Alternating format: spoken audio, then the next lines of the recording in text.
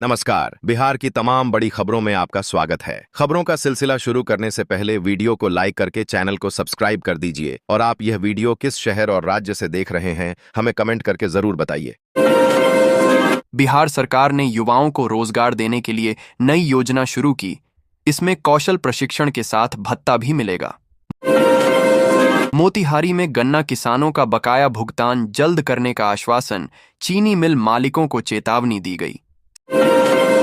Sitamarhi railway station का होगा आधुनिकीकरण, यात्रियों को वेटिंग हॉल से लेकर प्लेटफॉर्म तक नई सुविधाएं मिलेंगी।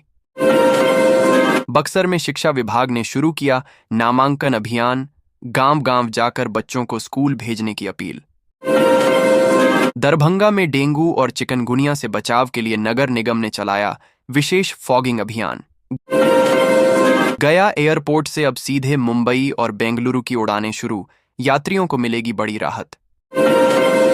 पूर्णिया में सेब की आधुनिक खेती को बढ़ावा देने के लिए किसानों को सब्सिडी और तकनीकी मदद दी जा रही।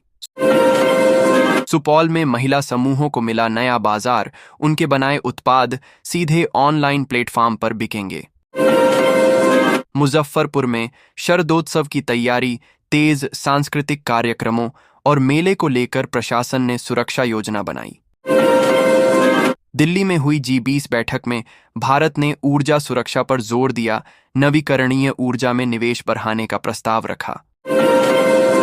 मौसम विभाग ने अगले 3 दिनों में उत्तर भारत के कई राज्यों में भारी बारिश का अलर्ट जारी किया।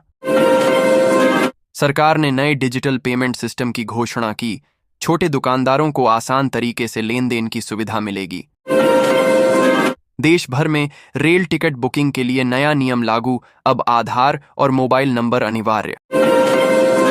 भारतीय नौसेना ने स्वदेशी मिसाइल का सफल परीक्षण किया, समुद्री सीमा की सुरक्षा और मजबूत हुई। खेल मंत्रालय ने ओलंपिक की तैयारी कर रहे खिलाड़ियों के लिए विशेष प्रशिक्षण शिविर की घोषणा की। क्रिकेट में BCCI ने घरेलू खिलाड़ियों की फीस बढ़ाई, युवा क्रिकेटरों को आर्थिक सुरक्षा मिलेगी। भारतीय फुटबॉल टीम ने एशियाई कप क्वालिफायर में नेपाल को हराकर शानदार जीत दर्ज की। टोक्यो में आयोजित अंतर्राष्ट्रीय बैडमिंटन टूर्नामेंट में भारतीय खिलाड़ियों का शानदार प्रदर्शन रहा। हॉकी एशिया कप में भारत ने पाकिस्तान को हराकर सेमीफाइनल में जगह बनाई। औरंगाबाद में बिजली विभाग ने अभियान चलाकर लाखों का बकाया वसूला, कई जगह कनेक्शन काटे गए। भागलपुर में स्मार्ट सिटी प्रोजेक्ट के तहत नए फ्लाईओवर का काम शुरू, शहरवासियों को जाम से राहत मिलेगी। शिवहर जिले में किसानों को धान की खरीद के लिए ऑनलाइन पंजीकरण करने की सुविधा दी गई।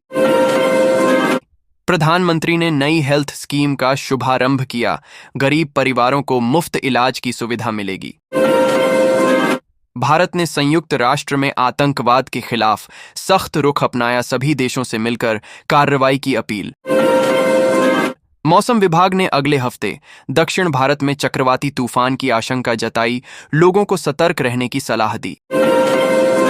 भारत और जापान ने हाई स्पीड रेल प्रोजेक्ट पर नई सहमति बनाई, मुंबई अहमदाबाद मार्ग का काम तेज होगा। देश में जल्द लागू होगा नया डेटा प्रोटेक्शन कानून, नागरिकों की निजता को मिलेगी मजबूती। पटना हाईकोर्ट ने सरकारी स्कूलों में शिक्षकों की कमी पर सरकार से जवाब मांगा, शिक्षण व्यवस्था पर चिंता जताई। बेगूसराय में तेल रिफाइनरी विस्तार योजना को मिली मंजूरी, युवाओं को रोजगार के नए अवसर मिलेंगे। समस्तीपुर में रेल ओवरब्रिज का निर्माण कार्य शुरू, यातायात जाम से मिलेगी राहत। लखीसराय में शहीद स्मारक का जीर्णोद्धार पूरा, स्वतंत्रता सेनानियों की याद में कार्यक्रम आयोजित। नवादा में नल जल योजना के तहत कई गांवों में शुद्ध पानी की सप्लाई शुरू हुई। वैश्विक बाजार में कच्चे तेल की कीमत घटी, आने वाले दिनों में पेट्रोल डीजल सस्ता होने की। सरकार ने किसानों के लिए उर्वरक सब्सिडी बढ़ाने का ऐलान किया, खरीफ फसल में फायदा होगा। भारतीय IT सेक्टर में नई नौकरियों की बहार, आने वाले महीनों में लाखों युवाओं की भर्ती होगी।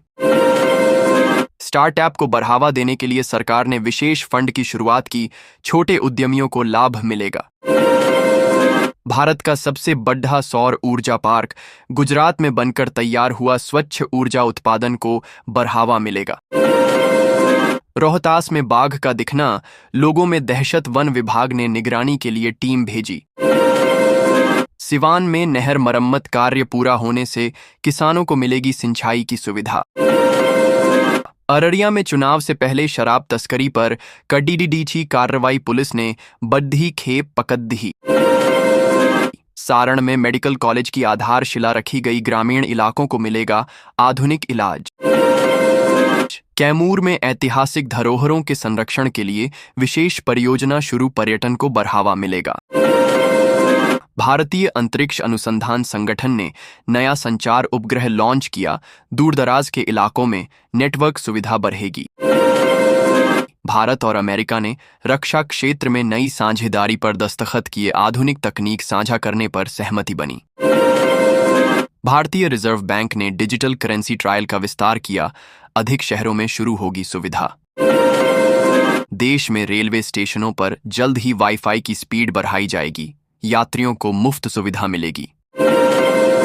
सरकार ने सभी सरकारी कार्यालयों में सोलर पैनल लगाने का निर्देश दिया, बिजली खर्च में कमी आएगी।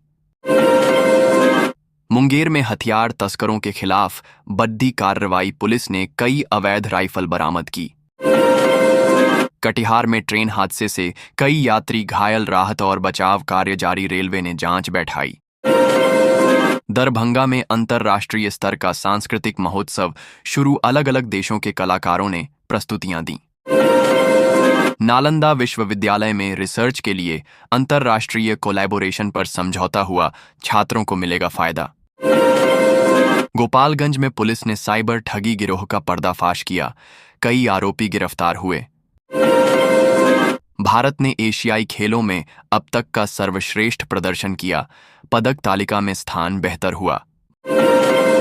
भारतीय महिला क्रिकेट टीम ने इंग्लैंड को हराकर सीरीज पर कब्जा जमाया, प्रशंसकों में खुशी की लहर।